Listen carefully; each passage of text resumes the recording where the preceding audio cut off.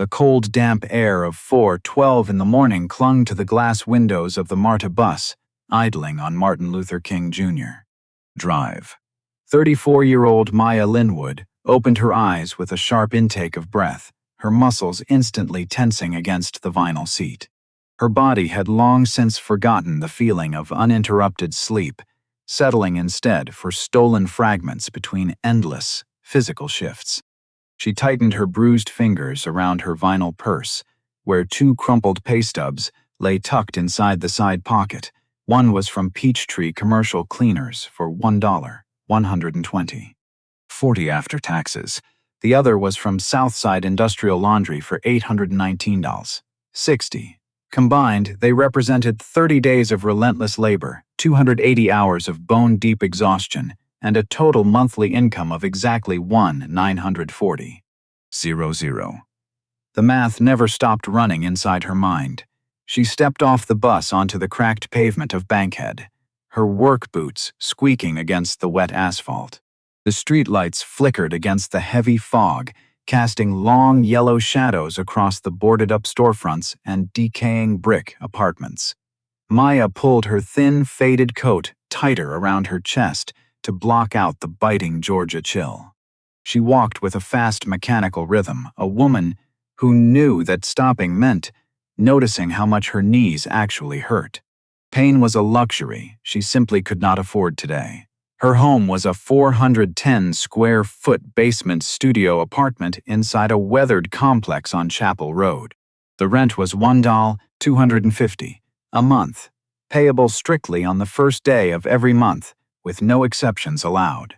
The air inside the hallway smelled like old damp radiator dust, stale cooking oil, and bleach from her own laundry bucket. Maya unlocked the double deadbolt as quietly as possible, easing the heavy wooden door open so the rusted hinges would not screech. In the far corner of the single room, resting on a twin mattress, placed directly on the hardwood floor because the box spring had snapped 4 months ago, lay her 6-year-old son, Malik. He was curled into a small, tight ball under a faded navy blue blanket, his tiny chest rising and falling in steady, unbothered peace. His arms were wrapped firmly around a plush toy dinosaur with a missing button eye. He trusted his world completely. Maya knelt softly beside the mattress, resting her cracked, calloused palm against his forehead. His skin was warm and smooth, smelling faintly of baby powder and sweet dreams. This brief, quiet moment was the anchor that kept her from drifting into the abyss. It made the impossible burden bearable. She walked silently over to the tiny kitchenette along the wall, where a single fluorescent bulb hummed overhead. She opened the narrow white refrigerator, staring at the near-empty shelves. Inside sat a jar of water, a half-empty tub of margarine, a bag of rolled oats, and 4 fresh strawberries resting in a plastic container. Maya carefully measured out a cup of oats, boiled water, on the gas burner, and sliced 3 strawberries into neat thin coins across the top of the warm bowl. She placed the wooden bowl on the counter, alongside a spoon and a folded paper napkin for Malik to find. When he woke up at 6:30, Maya would not be eating this morning. She had not eaten a full morning meal in 9 consecutive days, leaving whatever food remained for her growing son. Her stomach twisted with a dull, sharp ache, but she simply drank a glass of cold tap water to numb the sensation. Hunger was just another bill she paid in silence. She picked up her worn leather wallet from the small shelf beside the front door and unzipped the faded compartment. Inside sat a single $1 bill, a 3/4 coin, 3 nickels, and 3 copper, exactly $1.83 in total cash. Payday was still 32 hours away, falling on Friday at noon. Her phone suddenly buzzed on the counter, the vibration sounding harsh in the quiet room. She picked it up quickly, her eyes narrowing as the screen illuminated her tired face. It was an automated text notification from Bright Futures Learning Center on Joseph E. Boone Boulevard. The message was brief and cold. Reminder: your childcare account is past due in the amount of $285.00. If full payment is not received by 5 p.m. today, Malik Linwood's enrollment spot will be forfeited immediately. Maya stood completely still under the buzzing fluorescent light, her jaw tightening until her teeth ached. She knew what that message truly meant beneath the polite corporate template. Without childcare, she could not work her evening cleaning shift. Without her evening shift, she could not pay the rent. Without rent, they would be back on the street within 30 days. The downward spiral was clear, precise, and ruthless. She slipped the phone into her coat pocket, zipped her collar up to her chin, and looked back at her sleeping son one last time before stepping out into the dark morning. 7 miles away, in a sprawling penthouse suite overlooking the manicured tree lines of Buckhead, 47-year-old Marcus Sterling stood before a floor-to-ceiling glass window. He was adjusting the silver cufflinks on his tailored charcoal suit, a bespoke piece that cost $100 from a high-end tailor in Manhattan.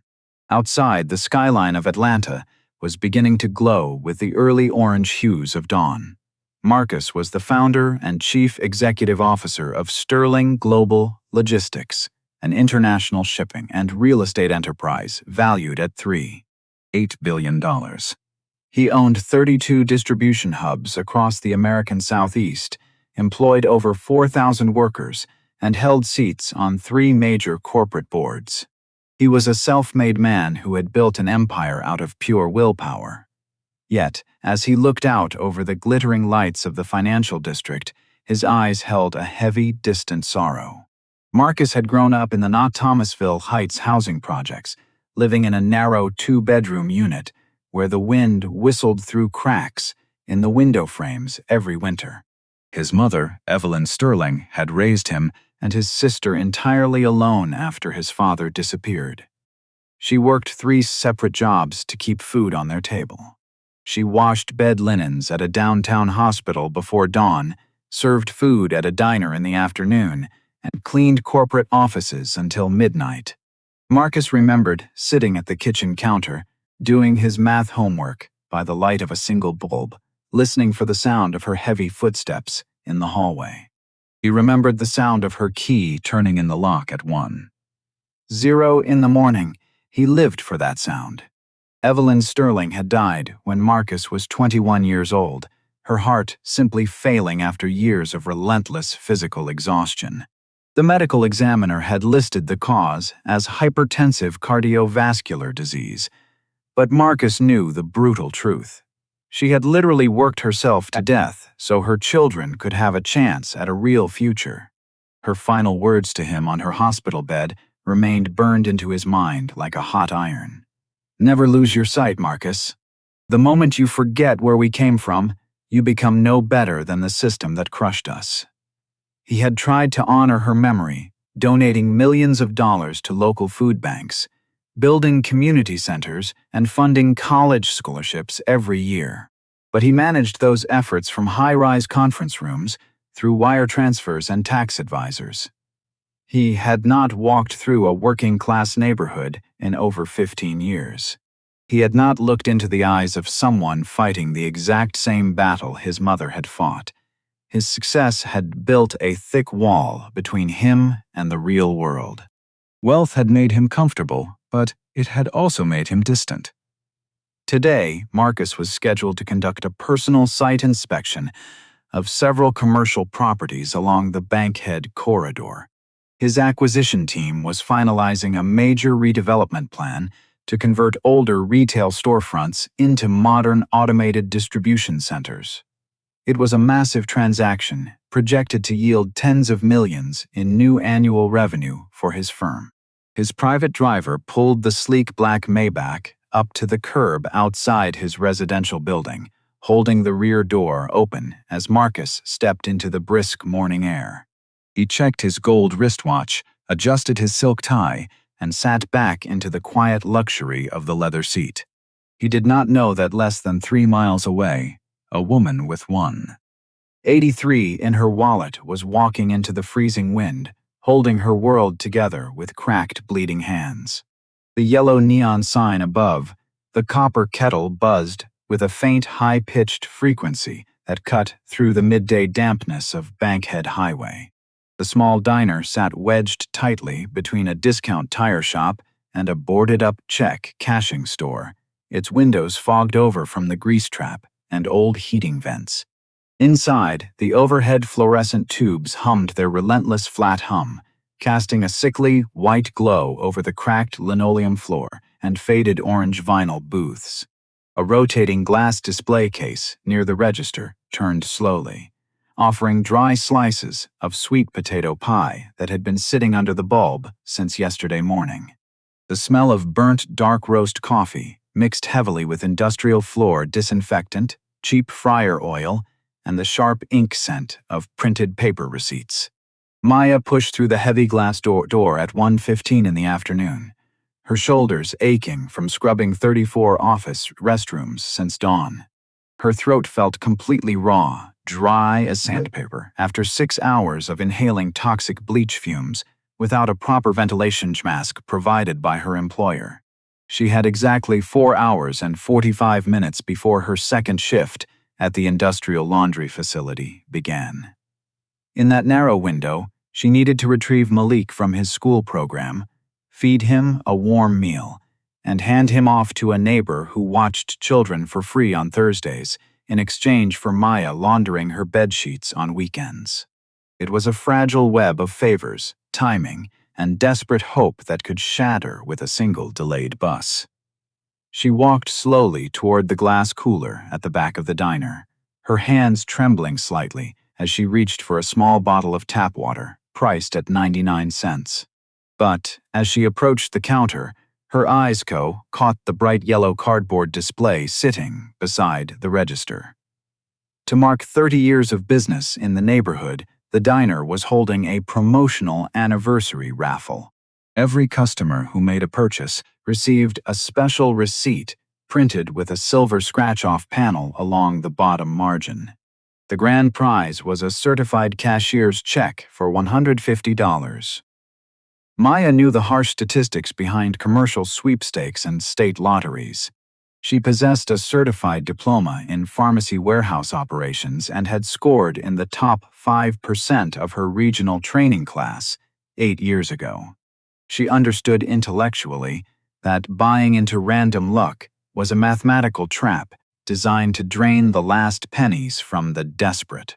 Yet, as she stood before the register holding her cold bottle of water, the text message from Bright Futures Learning Center flashed across her mind like a fire alarm. $285. Past due. 5 o'clock deadline. No chalcalb meant no work. Her wallet contained 1.83s. If she purchased the bottle of water for 99 cents plus 8 cents tax, she would have 76 cents remaining, a sum completely useless for paying her son's tuition. Or she could put the water back on the shelf, buy a small 99-cent biscuit from the heating display, receive the promotional receipt, and have 76 cents left over.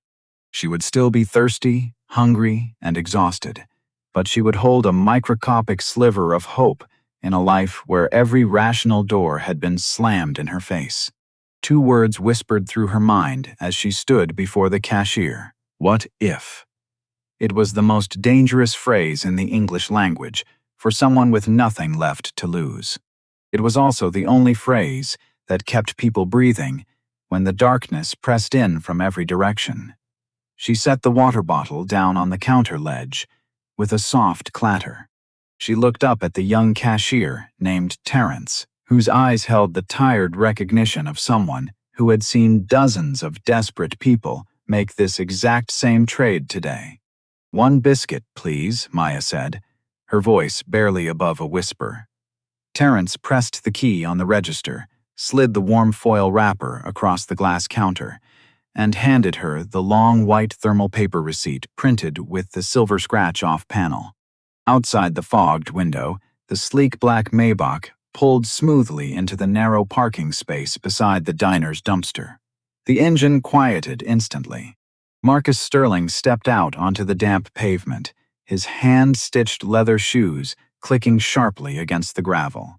He straightened his dark tie, feeling out of place amidst the crumbling infrastructure of his childhood neighborhood. He had pulled over to grab a quick coffee while waiting for his legal team to confirm the final closing documents for the Bankhead commercial parcel. He pushed through the diner's heavy glass door, the neon sign buzzing overhead as he stepped inside. Maya did not notice the tall man in the $400 charcoal suit standing near the entrance. She had walked directly to the small condiment counter near the napkin dispenser, holding the thermal receipt flat against the sticky wooden ledge. Her fingers were shaking violently as she reached into her coat pocket for a nickel. She pressed the edge of the coin against the silver panel, scraping away the metallic coating with rapid, desperate strokes.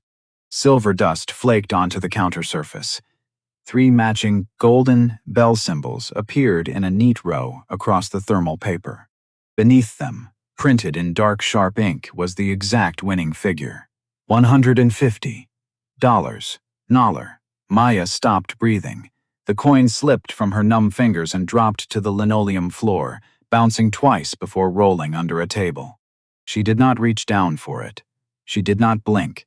She read the numbers once, then twice, then a third time, until the black digits burned into her retinas. $150,000. Tears welled in her eyes, spilling over her lashes and dripping onto the printed paper. She wiped them away frantically, terrified that the moisture might smear the thermal ink and erase the miraculous digits before her eyes. "Miss, you okay?" Terrence called out from behind the register. Maya could not form words. She lifted the receipt with both hands, holding it fragilely between her fingertips as if it were made of spun glass. Terrence leaned over the counter, his eyes going wide, as he read the winning code stamped across the margin. "Lord have mercy," he gasped, his voice breaking the stillness of the quiet diner. "You got it. You actually won the big check." At that exact second, Marcus Sterling was standing near the front counter with a black coffee in his hand, his phone pressed against his right ear. He was speaking directly to his head acquisition attorney in downtown Atlanta, confirming the final transfer of ownership for the 16 retail buildings along the avenue. "I just signed the final wire authorization," Marcus said into his earpiece, his tone matter-of-fact and loud enough to carry across the small room. "That's mine. The entire property and every commercial asset inside it belongs to Sterling Global now." The phrase hung in the air like a heavy iron weight. Maya froze in her tracks, the paper receipt still clutched tightly against her chest. She turned slowly around, her eyes widening as she stared at the wealthy man standing by the entrance in his immaculate suit.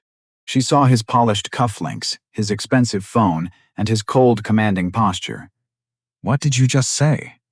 Maya whispered, her voice trembling with a sudden primal fear. Marcus blinked, pulling his phone away from his ear in genuine confusion as he found himself surrounded by sudden hostile stares. The cashier's smile evaporated instantly. A large trucker sitting at the counter set his mug down with a hard thud. "I said I was talking to my attorney," Marcus stammered, stepping back as he realized the room had misconstrued his words entirely. "I was confirming a real estate transaction." "You said that's mine," Maya shouted, her voice breaking with 14 months of pent-up rage and terror. "You stood right there and watched me scratch this receipt. I bought this biscuit with my last dollar, and you think you can just walk in here with your money and take it away from my son?" "Ma'am, you don't understand," Marcus began, reaching toward his suit pocket to show his business card. "Don't you step near her." The trucker barked, sliding off his stool and positioning his massive frame between Marcus and Maya. "We all heard you, mister. You saw a working woman hit a lucky break, and you tried to claim it for yourself." Marcus opened his mouth to defend his name, but the words withered in his throat. He looked past the angry trucker and truly saw the woman standing against the condiment counter. He saw her worn work boots with the thinned rubber soles held together by dark electrical tape. He saw her knuckles, swollen and red from harsh cleaning chemicals. He saw the faded coat that was far too thin for a Georgia winter, and the desperate, fierce terror burning in her bloodshot eyes. A distant memory struck Marcus like a physical blow to his chest. He saw his mother, Evelyn Sterling, standing at their small kitchen table 26 years ago, clutching an eviction notice against her chest, with those exact same cracked, chemical-burned hands. He heard her faint voice echoing across the decades, cutting through the noise of his high-stakes corporate world. Never lose your sight, Marcus. The moment you forget where we came from, you become no better than the system that crushed us. Marcus stood completely frozen in the center of the diner, holding a $6 Nero cup of coffee in his hand, feeling the immense, suffocating weight of a past he had spent 26 years trying to run away from. The blue emergency lights of an Atlanta police cruiser flashed through the rain-streaked glass windows of the copper kettle, casting long, rhythmically pulsating shadows across the diner's narrow counter. Two officers stood beside the register while Terrence pulled up the digital security footage on a small, dusty monitor behind the counter. The black and white video clearly showed Maya standing by the condiment counter at 1:19 in the afternoon, scratching her paper receipt with a nickel. It showed Marcus stepping into the diner 3 minutes later, walking straight to the coffee station, and turning his back toward the room while speaking into his wireless headset. His lips moved in sync, with the timestamp at 1:23, his eyes fixed on the commercial property sign across the street through the front glass. He had never stepped within 4 feet of Maya, nor had he ever looked in the direction of her promotional receipt before the commotion began. The lead officer shut his notepad with a sharp, audible snap, his eyes shifting from Marcus's tailored suit to Maya's worn work jacket. He nodded briefly toward Marcus before turning to address the quiet room. "There is no crime here," the officer announced in a flat, professional voice. The gentleman was verifying a real estate acquisition with his legal counsel on a phone call. "He was not attempt to confiscate your raffle receipt, ma'am. You are free to claim your prize according to the rules printed on the back of the slip." A heavy, awkward silence fell over the small diner as the police officers pushed through the glass door into the gray afternoon. The trucker who had confronted Marcus muttered a brief apology under his breath and quickly exited to his rig. Terrence busied himself wiping down the soda fountain, avoiding eye contact with everyone in the room. Maya stood completely frozen beside the napkin dispenser, the winning thermal receipt pressed tightly against the fabric of her worn coat. The sudden wave of shame hit her with physical force, making her throat constrict until she could barely swallow. She had publicly accused a complete stranger of being a thief, shouting at him in front of a dozen people, out of sheer blind terror. She looked up slowly, expecting to see cold anger or haughty disdain in the eyes of the billionaire standing before her. Instead, she found a strange, gentle stillness in Marcus's gaze that disarmed her instantly. "I am deeply sorry," Maya whispered, her voice breaking as she struggled to maintain her composure. "I heard those 2 words and I just lost my mind. I thought someone was trying to take away the only safety net my 6-year-old son has ever had." Marcus took a slow step forward, his hands held openly at his sides to show he meant no harm. "You do not owe me an apology, ma'am," Marcus said softly, his voice carrying a quiet weight that filled the quiet space between them. "You were protecting your child with everything you had in that moment. Any mother worth her salt would have done the exact same thing." He motioned toward the small wooden bench sitting outside the diner under the narrow metal awning.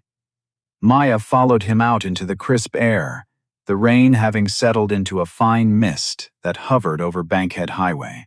They sat down on the weathered bench, 3 feet apart, watching the heavy traffic move toward the downtown skyline. Maya held the thermal receipt flat against her lap, her calloused thumb tracing the gold bell symbols over and over again. Marcus reached into his jacket pocket and pulled out a sleek leather wallet, unzipping the inner compartment, with a smooth, deliberate movement. He pulled out a crisp stack of $100 bills, total $5,000 in emergency cash, and held it out toward her. "Take this," Marcus said quietly. "Use it to handle whatever urgent bills are pressing on you today. Consider it a direct gift from someone who understands how heavy the world can get." Maya looked at the thick fan of green currency resting in his hand, her jaw tightening as a sudden surge of fierce pride rushed through her veins. She pulled her hands back onto her lap, shaking her head firmly without a second of hesitation. "Put your money away, sir," Maya said, her voice turning as solid as granite. "I am not a charity case, and I did not ask you for a single dime. I have worked 2 jobs with my own hands to feed my son, and I do not take handouts from strangers on the street." Marcus paused, staring at her with genuine surprise before a slow, respectful smile touched the corners of his mouth. "My mother used to say those exact same words when the church offered her a holiday food basket," Marcus recalled softly, his eyes reflecting the gray, overcast sky. "She would rather scrub 10 more floors than feel like she was living on someone else's pity. But let me ask you a practical question, ma'am. Have you actually done the real math on that $150,000 prize?" Maya frowned, looking down at the receipt in her hands. "It is $150,000, she said defensively. "It is enough to pay my child's tuition, clear my back rent, and keep a roof over our heads for years." Marcus leaned forward, resting his elbows on his knees as he broke down the numbers with calm precision. "Between Georgia state income tax and federal prize withholdings, you will lose roughly 32% of that sum off the top," Marcus explained directly. "That leaves you with approximately $102,000 in clear capital. You owe $285 in overdue childcare today, along with months of back rent, utility debts, and whatever interest has accumulated on your personal credit. Let us assume those immediate debts total $12,000. That leaves you with $90,000 in net savings."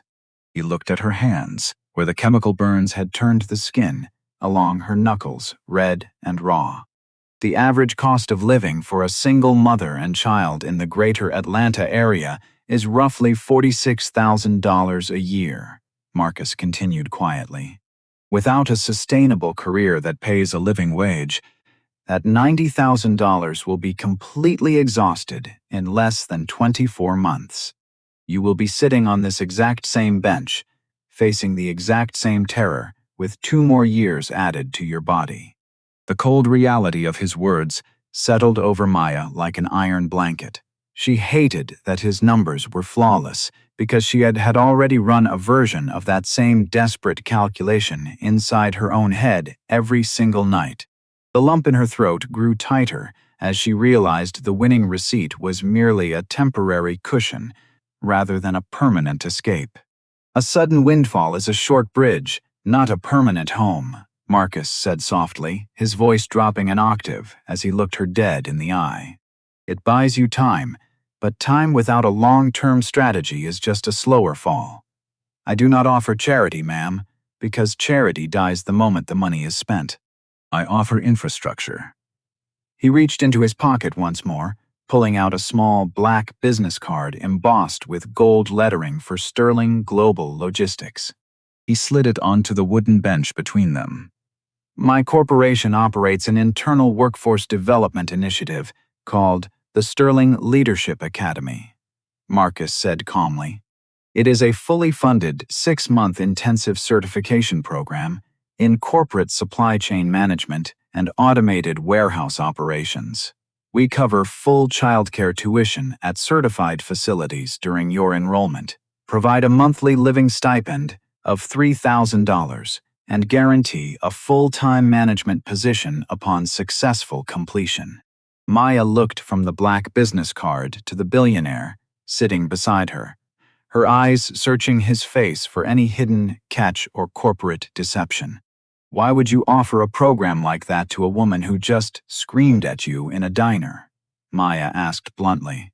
Because you used to manage a pharmacy warehouse before life knocked you down, Marcus answered simply, remembering the details from her earlier defense in the diner.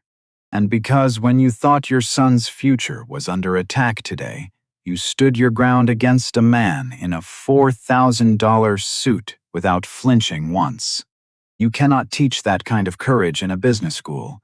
You either have it in your bones, or you do not. Maya picked up the sleek black business card, her fingers brushing against the raised metallic lettering. If I accept a spot in this program, I do it strictly on my own merit, Maya stated, her voice trembling slightly with a renewed sense of purpose. I will complete every assignment, pass every exam, and earn every single dollar through my own work. I will not be a photo opportunity for your company newsletter. Marcus extended his right hand toward her, his palm open and steady in the cold mist. That is the only deal I am interested in making, ma'am, Marcus said with a firm nod. You bring the discipline, and my company will provide the platform.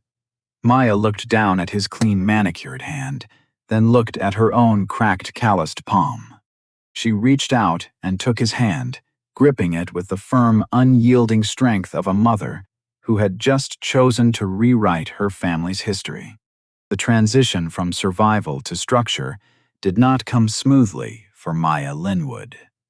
After claiming her lottery prize through the State Lottery Commission in downtown Atlanta, she handled the proceeds with the ruthless discipline of a seasoned accountant. She immediately eliminated every penny of her existing debts, paying off $12,410 in back rent, overdue childcare fees, and accumulated medical bills from Malik's emergency room visits. She placed $40,000 into an untouchable trust fund for her son's future education, deposited $25,000 into a high-yield emergency savings account, and used the remaining capital to secure a modest two-bedroom apartment near Decatur with a sunlit bedroom for Malik. Then, on a crisp Monday morning at 7:30, she walked into the training facility at the Sterling Global Logistics Center wearing a dark tailored blouse and sturdy black work boots.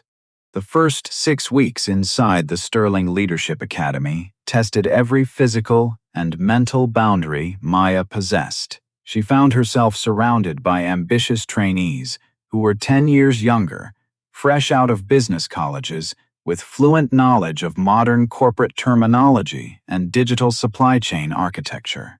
While her younger peers navigated complex enterprise resource planning software with casual ease, Maya struggled to master advanced database management and automated inventory algorithms. She would return to her new apartment at 6:30 in the evening, cook a warm, nutritious dinner for Malik, help him finish his first-grade spelling homework, and then sit at her kitchen table until 2:15 in the morning with heavy textbooks and practice spreadsheets. She refused to yield to exhaustion. Quitting was a concept that simply did not exist in her vocabulary. Resentment from her fellow trainees began to surface during the third month of the intensive program. Whispers traveled along the carpeted corridors of the training center whenever Maya received top marks on her practical operations exams. Several younger trainees openly speculated that her acceptance into the Executive Academy was the result of corporate favoritism or a public relations stunt orchestrated by Marcus Sterling himself. They left her out of informal study groups, ignored her suggestions during team logistic simulations, and treated her quiet demeanor as a sign of intellectual weakness. Maya absorbed their cold glances without offering a single word of defense. She had spent 14 months scrubbing toilets and sorting toxic laundry for minimum wage. Corporate pettiness was a minor inconvenience that could never shake her resolve. By the 5th month of the program, Maya had mastered the intricate operational frameworks of modern distribution hubs. Her extensive background as a certified pharmacy warehouse manager allowed her to bridge the gap between abstract computer data and real-world physical inventory movement. She possessed a rare instinct for space optimization, recognizing micro-inefficiencies in automated picking lines that high-tech software programs frequently overlooked. While her peers focused entirely on digital metrics displayed on slick computer monitors, Maya understood how physical cargo actually moved across a concrete warehouse floor. She knew the exact weight tolerances of industrial shelving, the precise turn radiuses of heavy forklifts, and the friction coefficients of high-speed conveyor belts. Experience was her silent advantage. The breaking point arrived on a torrential Tuesday night in late November, during the peak holiday shipping window for Sterling Global Logistics. A catastrophic system failure struck Hub 4, the corporation's primary automated distribution center handling 300,000 urgent package deliveries across 7 southeastern states. A massive power surge caused by a lightning strike disrupted the facility's central server matrix, corrupting the optical barcoding algorithms that routed automated sorting arms along the main 3-mile conveyor network. Within 90 minutes, over 80,000 high-value packages had ground to a complete halt along the main assembly line. Backup computer systems repeatedly crashed as they attempted to reconcile mismatched tracking codes, threatening over $2.5 million in contractual penalties and catastrophic supply chain delays. The regional operations director panicked as senior systems. Engineers struggled frantically to reflash the main software framework. The high-tech distribution hub was rapidly descending into complete gridlock, with dozens of diesel freight trucks idling outside the loading docks, while time ticked away toward the strict midnight dispatch deadline. Maya, who was completing her late-night operational rotation inside the facility's master control room, alongside 5 other academy trainees, stepped down to the viewing platform overlooking the chaotic warehouse floor. She watched the flashing red warning lights along Sector C, her sharp eyes scanning the jammed sorting belts with intense concentration. She immediately noticed that the automated sorting arms were misreading a specific line of matrix barcodes printed on high-density thermal labels. The computer software was attempting to force every unreadable package into an overflow retention bin that was already packed to capacity, triggering a master emergency shutdown along the entire line. Maya turned to the lead shift manager, her voice ringing out clear, steady, and commanding above the deafening noise of idling machinery. "The server matrix is fine," Maya stated with absolute certainty. The power surge reset the optical resolution on the overhead laser scanners by 3 millimeters. The sensors are reading the secondary return address barcode instead of the primary routing code, causing the system to classify perfectly valid shipments as unidentifiable cargo. The senior systems engineer scoffed, waving his hand dismissively, without looking up from his diagnostic monitor. "That is impossible," the technician snapped loudly. "The diagnostic routine shows a master software corruption error across the entire database. We need at least 4 hours to perform a full system reboot from the cloud server. If you wait 4 hours, 80,000 packages miss their flight connections at Hartsfield-Jackson." Maya replied coldly, stepping directly into the center of the control room. "The physical inventory will back up into the staging bays. The loading dock drivers will exceed their maximum legal service hours, and your entire southeastern delivery network collapses before dawn. I spent 3 years running a pharmacy warehouse where a single mislabeled package meant someone did not receive their life-saving medication. I know how optical scanners behave when their alignment drops." Without waiting for corporate authorization, Maya grabbed a digital handheld override scanner from the equipment rack, adjusted the optical focal lens by 3 millimeters manually, and scanned a jammed box sitting on the primary belt. The indicator light instantly flashed bright green, and the automated sorting arm smoothly guided the package down the correct dispatch chute. The shift manager stared at the green light in utter disbelief before turning to address the STUS control room. "Override the automated software matrix," the manager roared into his headset. "Implement manual optical alignment across all 12 sorting lanes immediately." Maya did not hesitate for a single second. She took charge of 22 trainees and warehouse workers, organizing them into 4 tactical manual processing teams across the vast concrete floor. She assigned clear operational roles, established a rapid dual verification system for high-priority freight, and directed the physical movement of cargo with the precise rhythm of a 5-star general commanding a battlefield. For 6 continuous hours, beneath the harsh glare of high-bay LED lights, Maya led her team through the massive backlog. Her hands moved with lightning speed, her voice remaining calm, direct, and unyielding as she resolved thousands of inventory discrepancies one by one. By 5:15 in the morning, the final freight truck pulled away from the loading dock, its red taillights disappearing into the Georgia rain. Every single package had been verified, processed, and dispatched on schedule.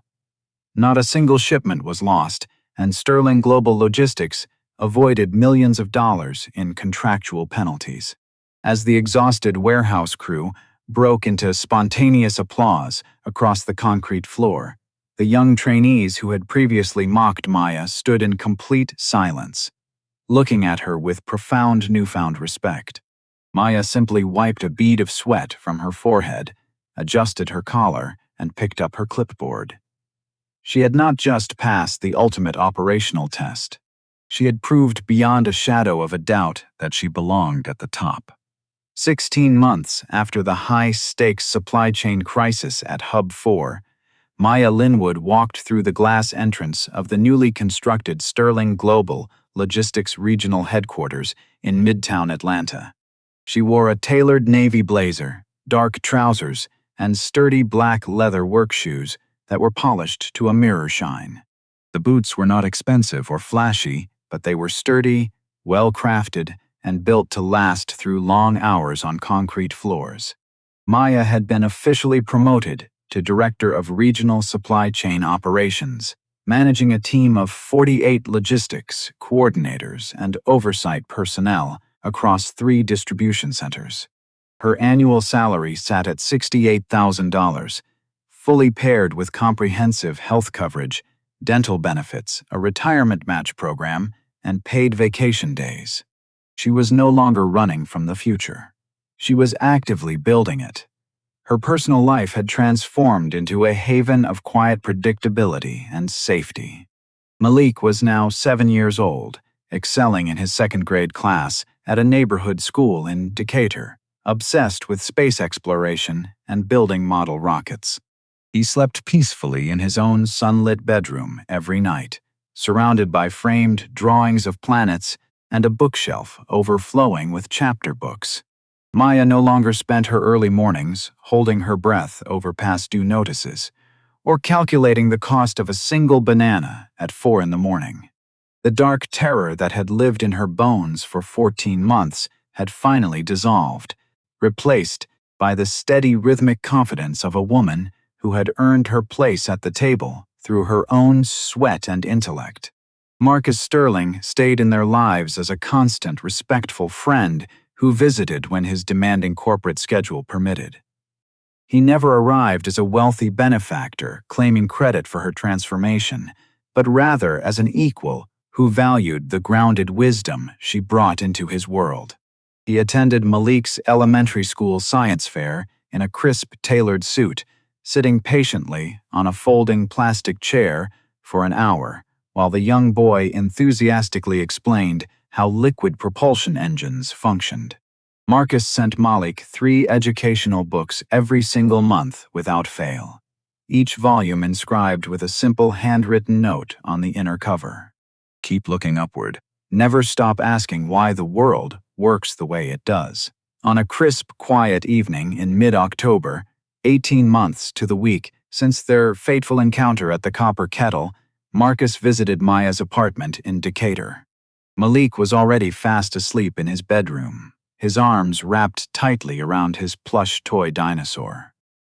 The living room was warm and softly lit, furnished with comfortable second-hand furniture that Maya had meticulously reupholstered herself over the weekends. Maya walked over to her desk drawer, pulled out a small velvet-lined wooden shadow box, and set it gently on the coffee table between them. Inside the glass frame lay the original white thermal paper receipt from the diner.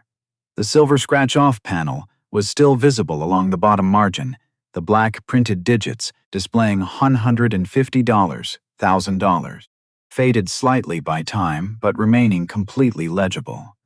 "I want you to have this," Maya said softly, her voice carrying a deep, calm strength.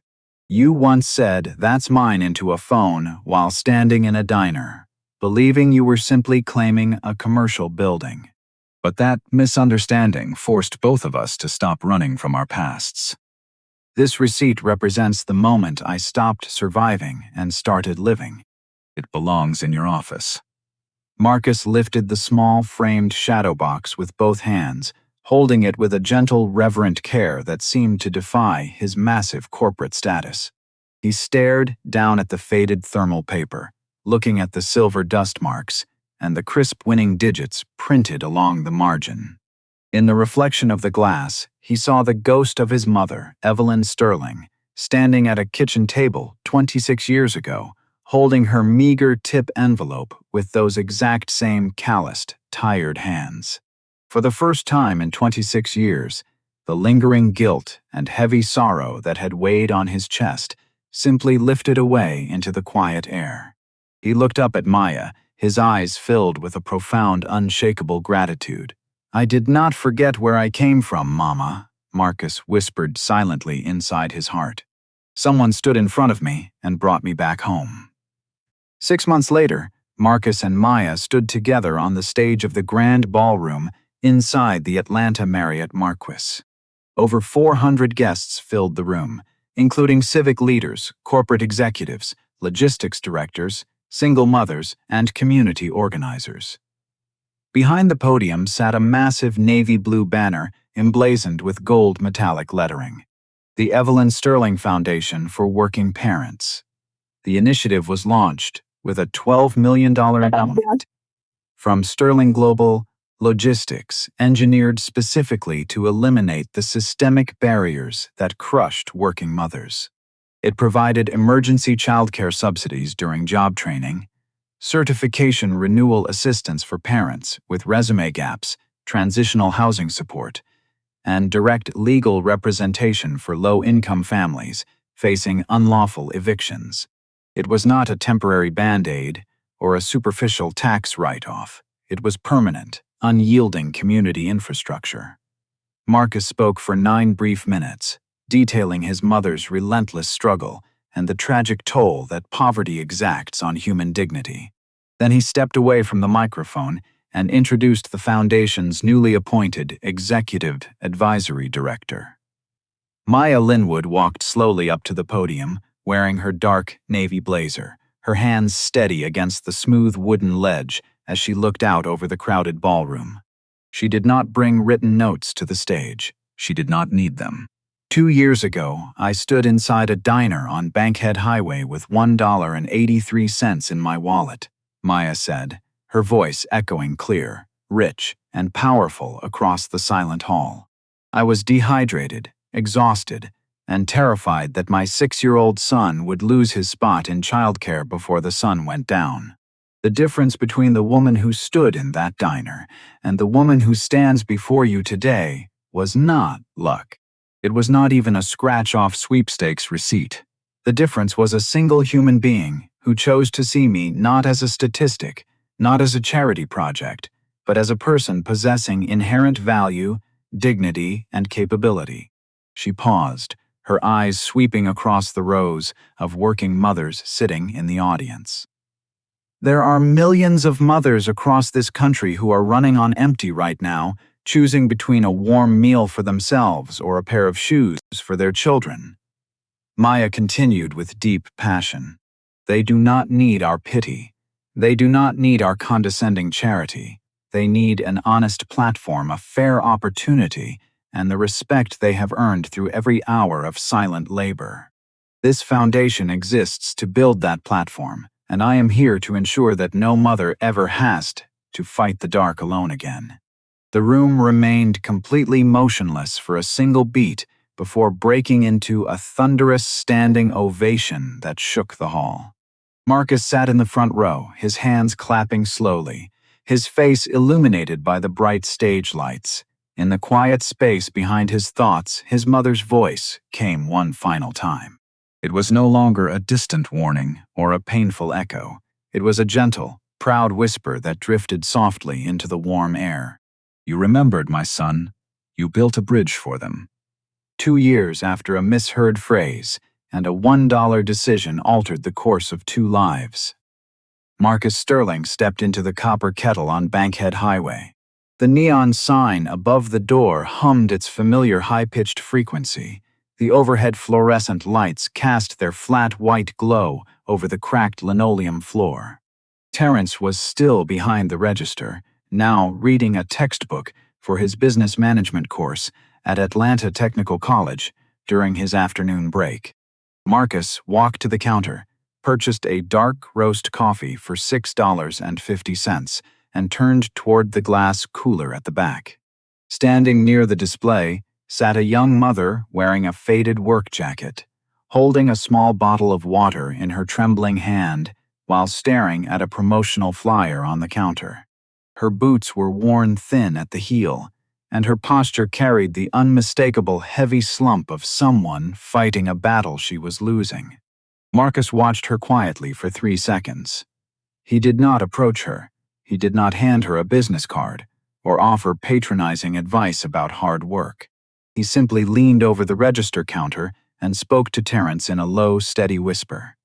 "Whatever she is buying, along with a warm meal for her family, put it on my tab," Marcus said softly. "Do not make a scene. Just let her know that her day is paid for." Terrence smiled warmly and nodded. Marcus picked up his coffee cup and walked out into the bright afternoon sunshine, the bell above the door chiming softly behind him. The young woman never knew his name. But as she walked out of the diner moments later with a warm meal and a clear mind, she felt a subtle shift in the air around her. Poverty does not erase the human soul. Wealth does not guarantee a compassionate heart, and the vast distance between a person's hardest morning and their brightest future is often just one person who chooses to see them as human.